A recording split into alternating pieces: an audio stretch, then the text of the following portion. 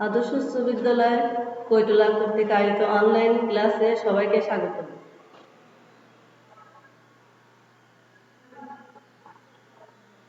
স্নেহের নবম দশম শ্রেণীর শিক্ষার্থীবৃন্দ, আশা করি সবাই ভালো আছো।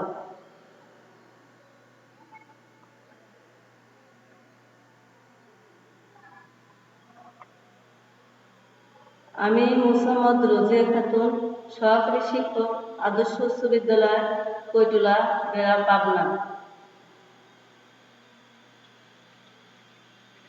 শ্রেণী নবম দশম, বিষয় কৃষি শিক্ষা, অধ্যায় প্রথম, পঞ্চম পরিচ্ছেদ খাদ্য সংরক্ষণ। মাছের খাদ্য সংরক্ষণের প্রয়োজনীয়তা সম্পর্কে আলোচনা। মাছ চাষকে লাভজনক করতে হলে প্রাকৃতিক খাদ্যর পাশাপাশি মাছকে বাইরে থেকে দেওয়া সম্পূরক খাদ্য প্রয়োগ করতে হয়। আধুনিক পদ্ধতিতে মাছ চাষে যা খরচ হয় তার প্রায় 60% খরচ হয় খাদ্য ক্রয় করতে। সম্পূরক খাদ্য হিসেবে আমাদের দেশে সচরাচর যে উপাদানগুলো ব্যবহার করা হয় তা হলো চালের গুঁড়া, গমের ভুসি, সরিষার খোল, তিলের খোল, ফিশ মিল, গরু ছাগলের রক্ত, নাড়ি ভুঁড়ি, জলজ উদ্ভিদ যেমন কচুরিপানা, খুদিপানা ইত্যাদি। এসব উপাদান প্রয়োজন মতো মিশ্রিত করে চাষিরা মৎস্য খাদ্য তৈরি করে। কারখানায় তৈরি বাণিজ্যিক খাদ্য মৎস্য খামারে ব্যবহার করা যায়। যে ধরনের খাদ্যই মাছ চাষের পুকুরে ব্যবহার করা হোক না কেন, তার গুণগত মান ভালো হওয়া আবশ্যক। খাবারের গুণগত মান ভালো না হলে সুস্থ সবল পোনাও মাছ চাষ হবে না। মাছ সহজে রোগাক্রান্ত হবে এবং মাছের মৃত্যু হার অনেক বেড়ে যাবে। আবার মাছের বৃদ্ধিও আশানুরূপ হবে না। খাদ্যর গুণগত মান ভালো রাখার জন্য যথাযথ নিয়মীয় খাদ্য উপকরণ বা তৈরি খাদ্য সংরক্ষণ ও গুদামজাতকরণ অত্যন্ত গুরুত্বপূর্ণ বিষয়। নিম্নলিখিত নিয়ামকসমূহ খাদ্য সংরক্ষণ ও গুদামজাতকরণের সময় খাদ্যের গুণগত মান এবং ওজনকে ক্ষতিগ্রস্ত করে। 1 নম্বর, খাদ্যের আর্দ্রতা। খাদ্যের আর্দ্রতার পরিমাণ 10% এর বেশি থাকলে ছত্রাক বা পোকামাকড় জন্মাতে পারে। বাতাসের আপেক্ষিক আর্দ্রতা। বাতাসে আপেক্ষিক আর্দ্রতা 65% এর বেশি থাকলে খাদ্য ছত্রাক বা পোকামাকড় জন্মাতে পারে। 3 নম্বর, তাপমাত্রা। অতিরিক্ত তাপমাত্রায় খাদ্যের পুষ্টিমান নষ্ট হয়। পোকামাকড় সমূহ 26 থেকে 30 ডিগ্রি সেলসিয়াস তাপমাত্রায় খুব ভালো জন্মাতে পারে এবং এরা খাদ্যকে ফেলে ও তাদের মলমূত্র দ্বারা ব্যাকটেরিয়া ছড়াতে পারে। 4 নম্বর, সূর্যালোক। সূর্যালোকে খোলা অবস্থায় খাদ্য রাখলে সূর্যের প্রতিবেদনী রশ্মির প্রভাবে মাত্র কয়েক মিনিটের মধ্যে কিছু ভিটামিন নষ্ট হয়ে যায়। 5 নম্বর, অক্সিজেন। খোলা অবস্থায় খাদ্য রাখলে বাতাসের অক্সিজেন খাদ্যের রেসিডিটি ঘটাতে পারে যা খাদ্যের গুণগত মানকে ক্ষতিগ্রস্ত করে। অক্সিজেন ছত্রাক ও পোকামাকড় জন্মাতে সহায়তা করে।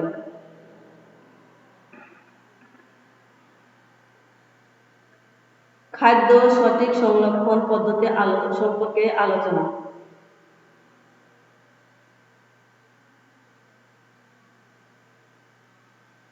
শুকনো খাদ্য ও খাদ্য উপাদান। 1 নম্বর, খাদ্য বায়ুরোধী পলিথিনে বা চটে অথবা কোনো মুখ বন্ধ পাত্রে ঠান্ডা ও শুষ্ক জায়গায় সংরক্ষণ করতে হবে। মাঝে মাঝে এই খাদ্য পুনরায় রোদে শুকিয়ে নিলে ভালো হয়। 2 নম্বর, খাদ্য পরিষ্কার, শুকনো, নিরাপদ এবং পর্যাপ্ত বাতাস চলাচলের ঘরে রাখতে হবে।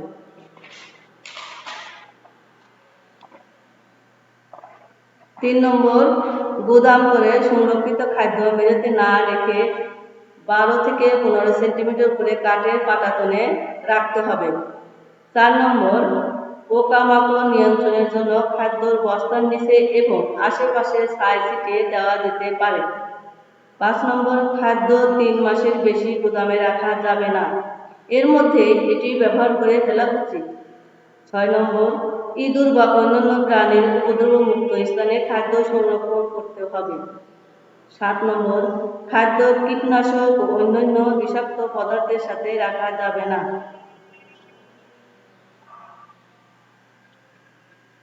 আর্দ্র ভেজা খাদ্য উপাদান।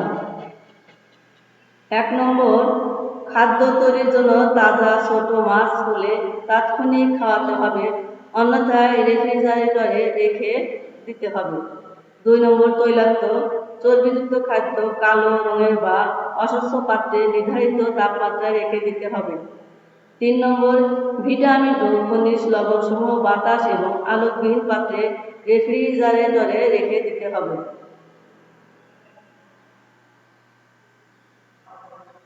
পশু পাখির খাদ্য সংরক্ষণের প্রয়োজনীয়তা ও সংরক্ষণ পদ্ধতি সম্পর্কে আলোচনা।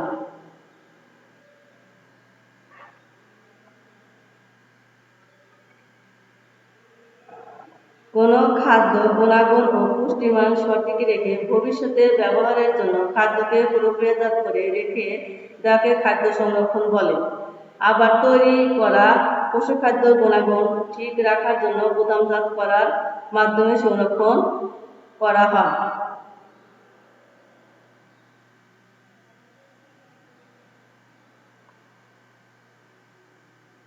খাদ্য সংরক্ষণের প্রয়োজনীয়তা।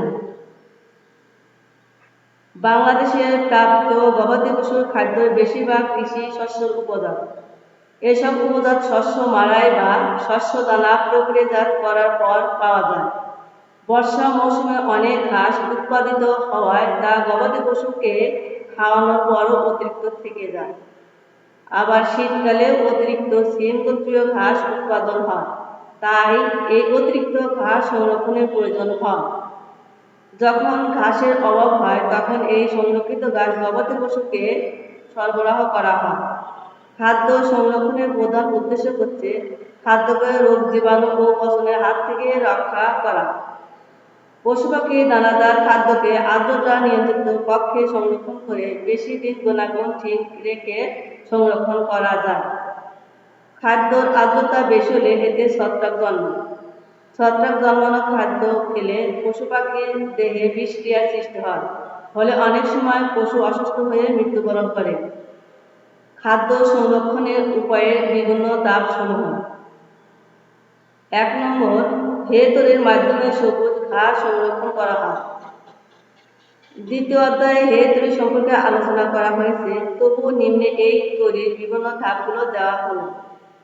1 নম্বর, হে তৈরির জন্য সিম গোত্রীয় ঘাস যেমন সবুজ খেসারি মাষকালায় বেশি উপযোগী। 2 নম্বর, ফুল আসার সময় ঘাস কাটাতে হয়। 3 নম্বর, ঘাস রোদে শুকিয়ে আর্দ্রতা 15 থেকে 20% এর মধ্যে রাখা হয়। ঘাস শুকিয়ে মাচার উপযুক্ত স্তূপাগারে বা চালাযুক্ত ঘরে সংরক্ষণ করা হয়। সাইলেজ তৈরির মাধ্যমে সবুজ ঘাস সংরক্ষণ করা হয়। দ্বিতীয় অধ্যায়ে সাইলেজ তৈরি সম্পর্কে আলোচনা করা হয়েছে, তবু নিম্নে সাইলেজ তৈরির ধাপগুলো দেওয়া হলো। 1 নম্বর, সাইলেজ তৈরির জন্য ভুট্টা নেপিয়ার গিনি ঘাস বেশি উপযোগী। 2 নম্বর, ফুল আসার সময় রসালো অবস্থায় ঘাস কাটাতে হয়। 3 নম্বর, ঘাস কেটে বায়ু নিরোধক স্থানে বা সাইলো পিটে রাখা হয়। সাইলো পিটে ঘাস রাখার সময় ঝোলা গুড়ের দ্রবণ ছিটিয়ে দিতে হয়। 5 নম্বর, তারপর বায়ু চলাচল বন্ধ করার ব্যবস্থা গ্রহণ করা হয়। ঘ নম্বর, খড় তৈরির মাধ্যমে ফসলের বর্জ্য সংরক্ষণ করা হয়। আমাদের দেশে বেশিরভাগ কৃষক পরিবারের গরুর জন্য খাদ্য হিসেবে খড় ব্যবহার করা হয়। গরুকে দৈনিক 3 থেকে 4 কেজি শুকনো খড় দেওয়া হয়। এটি আঁশ জাতীয় খাদ্য। নিম্নে খড় তৈরির ধাপগুলো দেওয়া হলো। 1 নম্বর, শস্য ঘাস ধান ভুট্টা খেসারি ইত্যাদি গাছ থেকে কাটার পর সেগুলো মাড়াই করে শস্য দানা আলাদা করে ফেলা হয়। 2 নম্বর, বজ্র গাছগুলো রোদে শুকিয়ে আর্দ্রতা 15 থেকে 20% এর মধ্যে এনে খড় তৈরি করা হয়। খড় সাধারণত গাদা করে রাখা হয়। খাদ্যশস্য ও তৈলবীজের উপাদান সংগ্রহ করে সংরক্ষণ করা হয়। ধান, গম, ভুট্টা, খেসারি, কালাই ইত্যাদি দানাশস্যের উপজাতসমূহ যেমন চালের কুড়া, গমের ভুসি, ডালের খোসা, খোল ইত্যাদি সংগ্রহ করে সংরক্ষণ করা হয়। কারখানায় প্রক্রিয়াজাত করে খাদ্য সংরক্ষণ করা হয়, যেমন পোলট্রির জন্য দানাদার খাদ্য প্রক্রিয়াজাত করে মেশ, পিলেট ও টাম্বল ফিড তৈরি করা হয়।